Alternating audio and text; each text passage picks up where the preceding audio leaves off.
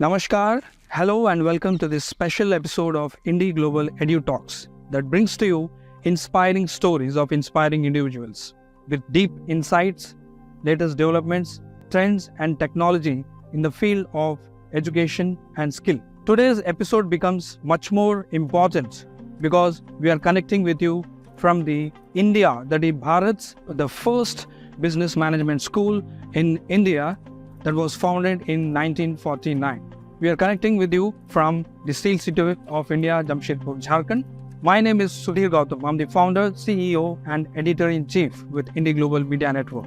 We'll get to know more in our interaction with Professor Sanjay Patro, who's the Dean with XLRI Jamshedpur, about the foundation of this premium institution in the state. At the same time, what led to the foundation of this institution and about its global ranking and the students who are passing out from premium institution XLRI Jamshedpur.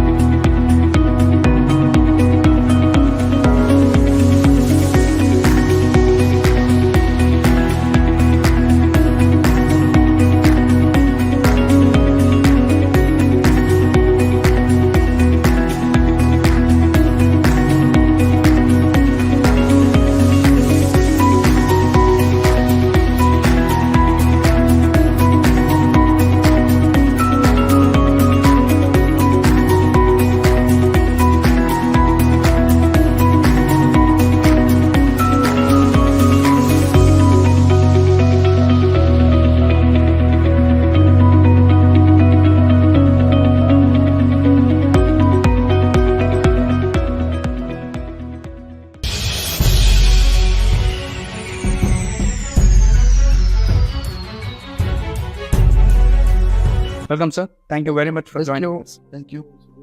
Glad to have you, sir. Sir, first of all, we are delighted that we are here at XLRI Jamshedpur.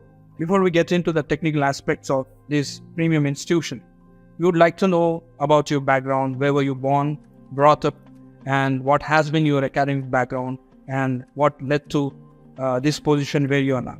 Born in Palakamdi, Odisha. My father was working in state government, so we were moving to different places. After my schooling in different places, I joined engineering at OUT Bhubaneswar. After that, I did my PGP in management from IRMA Anand, the institute which was founded by Verghese Kurian. After a short stint in the industry, I moved into academics.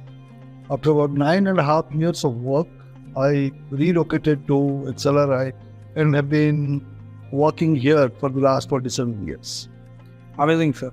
So, can you take us through, it is the first business management school in India, and soon after we got the independence, Bharat got the independence. What led to the establishment of this particular institution, that too in a city like Jamshedpur, which is not even the metropolitan city? However, there should be some story behind it. We would like to know about it. As you know, we got independence in 1947.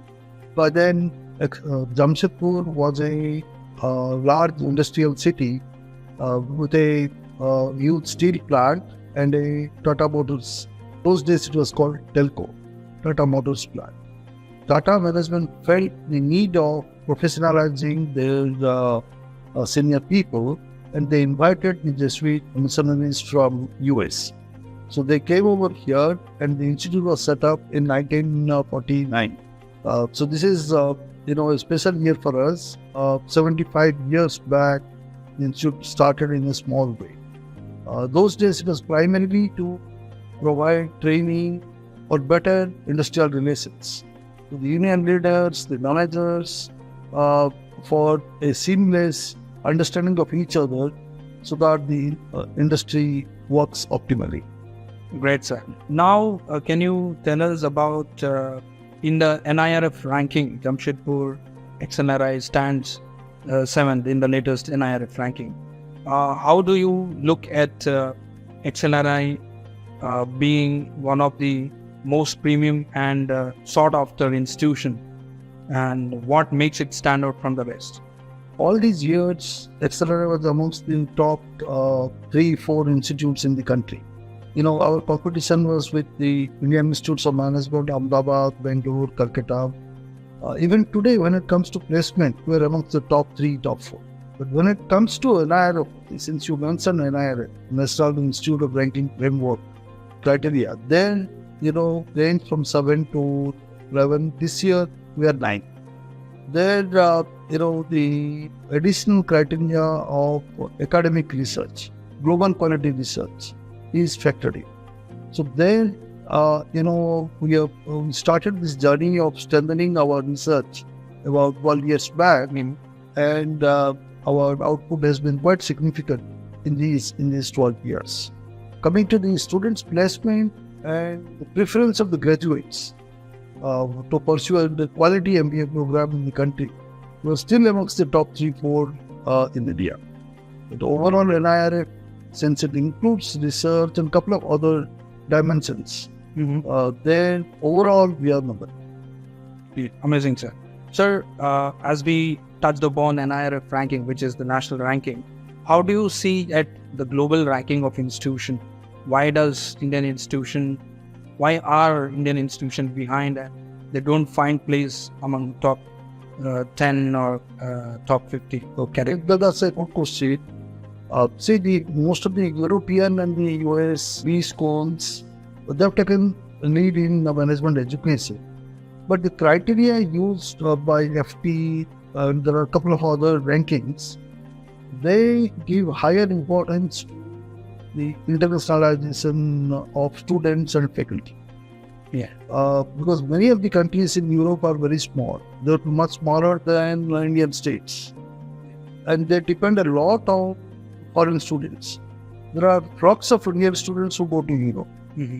So therefore, they depend a lot on students coming from different nationalities, and they depend on faculty moving from different parts of the world. India being one of the largest countries, we are, in terms of the population, we have overtaken China, as you know. We expected to be the number 1 by 2026, but we have overtaken them a couple of months back in terms of population. And we have a young population. We have a huge number of youth in our country. 65% of the population are below 35 years. So we are a young nation. There is, so much of so many youth and the teen and the youth pursuing higher education. So India as a market is sought after by B schools everywhere. Even if you take US or Europe, they depend a lot on Indian, Chinese, and primarily these 2 countries and students from all over. So some of the criteria that are used in the international rankings are, I would say, designed and customized for those foreign schools. Okay. We have a large pool of students. Yeah. We have a large pool of students. For example, the XLRI admission test, which is scheduled for 7th of January. We have about 130,000 registrations. Out of that, we will take over 800-900 students. So it will be much easier to get in a foreign institute than in XLRI or the top 3-4 institutes of India. Yeah. So therefore, I would say some of the criteria that are included in the ranking not reflected on the reality of it. So there is a need for the Indian business houses, magazines, media, and at the same time institutes to think of a set of criteria which will adequately reflect our realities. All said and done, in terms of research and innovation, last 10 to 15 years have been very good for Indian schools of management. there has been an increased focus on research. Many of the institutes are taking more doctoral scholars. For example, we pay a stipend of for our doctoral programs. We pay a stipend of 45,000 a month for first 2 years and 50,000 next 2 years. Yep. So that's the kind of support we provide for people to do quality research. The whole idea is to attract the best talent. Amazing, sir. Sir, in this fast evolving ecosystem where we get to hear the new technology coming in, which is breaking the ground and taking over the markets. And in this scenario, how do you ensure the skill development of the teaching faculty over here, and at the same time the capacity? What does XLRI do? Okay. We have about 82 full-time faculty. This is supplemented by few urgent faculty from industry. We invite corporate leaders who take sessions for our budding young students. For faculty, we they have access to the best of the global resources, coming to all journals, all periodicals. Our library budget is close to 9 to 10 crores. That's the kind of money we spend a year to provide access to the best of the resources and the doctoral scholars. That's one. And second, the periodical training programs for faculty. It's not just only about research. How to engage the students in a fruitful way inside the class, outside the class. Because learning is not just confined to the classroom. It's another experience. People stay here close to 2 years, inside the class, outside the class, pre-class, post-class. Learning happens in different spaces. So, many of our alum, very distinguished professors in world's best universities, best management schools. Many times they come, they share their expertise, we conduct workshops. Earlier it used to be in person, but these days we have access to online platforms, so therefore interactions is much higher. Even in many of the courses, we invite global faculty, corporate leaders to interact with our students. As you know, earlier for a session, one session or two, we had to spend a day to come here and all that. But with the advent of technology, competencies and expertise can be shared with the students without much of hassles. Great, sir. So, as we touched upon alumni, what is the total strength of alumni and how are they contributing to the growth and the progress of this institution? We started our PG program in 1954. 1949, the institute was set up, and then there were short duration programs, certificate programs. But the PG program in personal management of industrial relations was started in 1953. Then the same program's name got changed to Industrial Relations and Personal Management. Only in 2012, the name got changed to HR, Human Resource Management. The Business Management program got started in 1965 for the working executives. People who were working in the industries of Jamshedpur and adjoining areas. The full-time 2-year Business Management program was started in 1968. So, the numbers got increased. Earlier days, it was one batch, 60 of business management, 60 of HR. But post 2002, we have for business management, we had 103 batches, that's 108 students. For HRM, the 60 got changed to 180 around 2007 or 8. So now our annual intake for business management 240, 180 in HRM. We have a program for working executives. People with minimum 5 years of experience or more can only enroll in that program. They need to come through a GMAT or our test JAT. JAT we conduct every year, the first or second Sunday of the new year. As I mentioned, this time our registration is gone up, and it is about 135,000. That's a tough competition. And right, and India is a talented country. Yes. Who have intelligence. Even the common person may not speak good English, but one is intelligent. Therefore, choosing is a small number from this 135. It's quite it's a challenging task, and at the same time, the opportunity to get the cream of the best talent. Great, sir. In this fast evolving ecosystem and rapidly changing market and industry, what is the kind of hands-on training that is being ensured to the students who come and join XLRI? In XLRI, the learning doesn't happen only through lectures. All the students do hands-on projects. They do live projects. For every course, there will be a project component. They go to the field, they go to the industry, interact with the executives, observe the processes, and distill their lessons. They have to prepare report and so on. There are simulations. There are more of case studies. Through case studies, to bring the reality of the dynamics of the industry to the classroom. It's not just sharing theory and the models. It's about presenting problems to the students, and each one comes out with their own solution. Business solutions do not have just one single solution. Business problems, one can look at the problem from one's own perspective and come out with different suggestions. So there happens the real learning.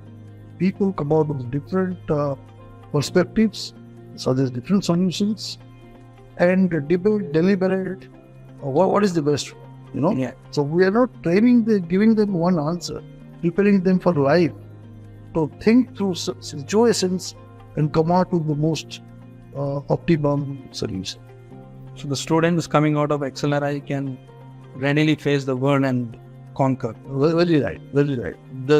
We prepare them to be industry ready from day one. Another big change that has happened over the years is the experience level of our BM and HR programs. Maybe 15-20 years back, 15-20% of the students will have some experience. Today, about 70 to 80% of the people have 1 to 2 years of experience. So they've seen the industry, they've seen how the different activities are organized there. So for them, it is not a set of theories. It is about seeking solutions to the practical problems. Great. Sir, recently the National Education Policy 2020 was introduced, and some say it is groundbreaking and some say it's tough to integrate.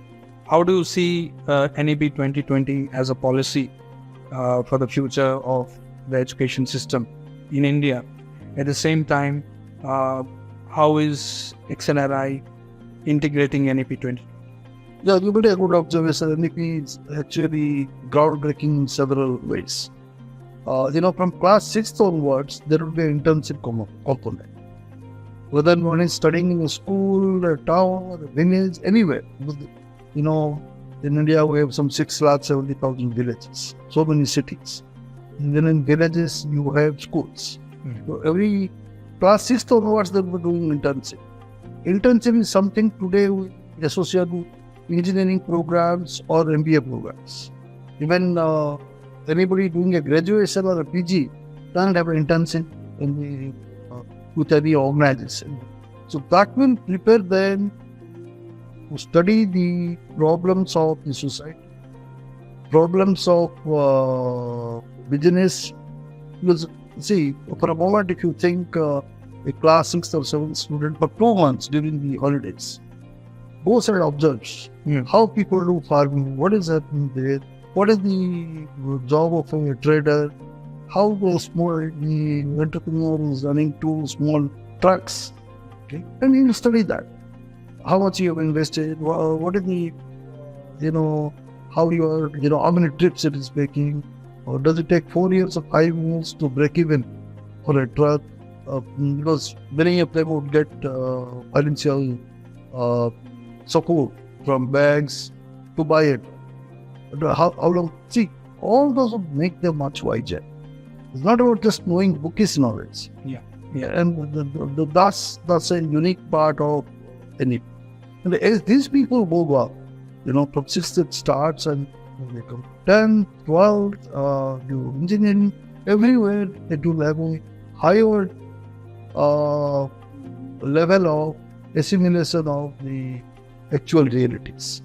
But I'm sure this will spur or increase the entrepreneurship amongst the because they're seeing what is happening around. And at XLRI, we are fully prepared to integrate ourselves with NEP. As there are requirements of 5 departments and there is a minimum number of students that an institute should have. So we are working out different scenarios and we have time till NEP, the timeline is till 2035. We have some time in our hand and we're thinking of moving, with a steady pace. Amazing, sir. Sir, recently XLRI has its new campus in, if I'm not wrong, Haryana, Gurgaon. And can you tell us the highlights of the campus in Jamshedpur and also Gurgaon? What is the total strength now? Yeah, you're right. Our second campus came up in Jharkhand, in Haryana. It is 1.5 or 1 or 20 minutes drive from the Delhi airport. Delhi airport. We call it XLRI Delhi, NCR Delhi. It is in the NCR region. We started about 4 years back. The current intake is 180 for business management. Only business management program is over there. And there are MTPs and there are certain advantages of being there at NCR. Access certain other ecosystems for startups. And access to professionals from public policy and Gurgaon being a corporate capital kind of thing. Yes. Access to the senior leaders from industry is of great help.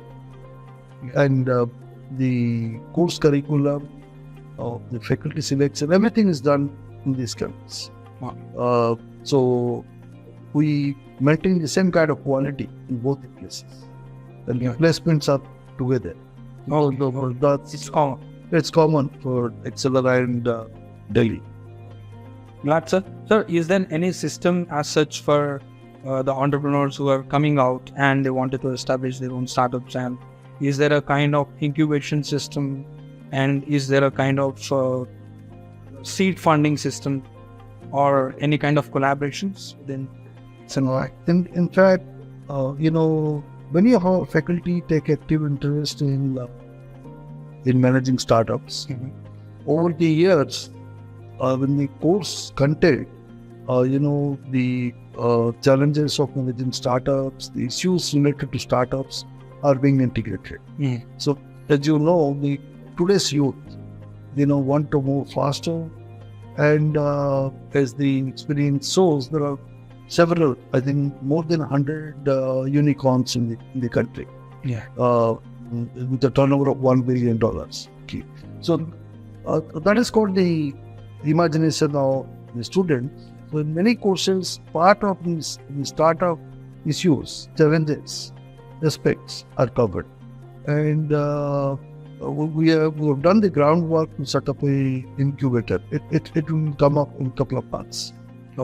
In Delhi, there is a program on entrepreneurship and new ventures. There is a program, that is in the second year. That is in the second year. Here, the incubator and then accelerators set up. Faculty are all geared up for that, and already the groundwork has been done. In a couple of months, that will be ready. Great, sir. Sir, I would like to ask one question from your specialization, that you're professor of marketing. What is the latest trend in marketing that's breaking the ground? Coming to latest trends, see, earlier days, when people would think marketing is about advertising and personal saving, and the companies would put their ads when people congregate, whether it's a one-day match or a T20, or when people flock to see popular serial like Kiki Sasmi Boki, all that, you put an ad there. But today, with social media, being in the same place, in the same house, 4 people will be watching, 4 members of the family will be watching very different programs. Yeah. So it's what we call permission marketing. Permission marketing is you are allowing yourself to see certain media. And what the other person is watching, you do not know. Yeah. Okay. So therefore, from interruption, it is more of permission. So we have moved from the large screen to small screen. Okay. So from earlier days, from film theaters, the ads have moved to TV, from TV to desktop, laptop, to the small screen. Yeah. So it is there all pervasive. Yeah. So the challenges for marketers have become much greater. Yeah. There was a time you place an ad and you could reach the entire country. Yeah. From that, to get that kind of impact, today one has to spend maybe 100 times more, but still may not attain this. That's the thing. So it is more about providing an experience, not just information. When people buy a product, consume the product, how is the product unique? How does it satisfy the customer's need? Yeah. It's more of customized products, and what we call experiential marketing. Marketers are trying to give a unique experience to the customers. Okay. Glad to know, sir. Sir, what would be your message for our viewers, like students, professionals, and parents who are looking up to a bright future and career of their children and themselves? Today, it is more of so many opportunities above, and the students can pursue their passion. Those days of doing just engineering or medical is gone. There is fashion technology, there are, the media technology, there are several things, and the youth of today are getting exposure to what is happening worldwide. Indian youth or the Indian students, they can learn a lot from multimedia solutions. Yeah. So several stuff recorded in YouTube, and you have AI today, artificial intelligence, giving you the preliminary understanding of different concepts. And for learning, is a golden time for learning. So I would speak to all parents to provide that freedom to their children to pursue their dreams, and encouraging them to dream big is catapult India to the next level. Thank you very much, sir, for joining us and taking out time for this special episode of IndiGlobal EduTalks. So that is Professor Sanjay Patro, Thank you so much.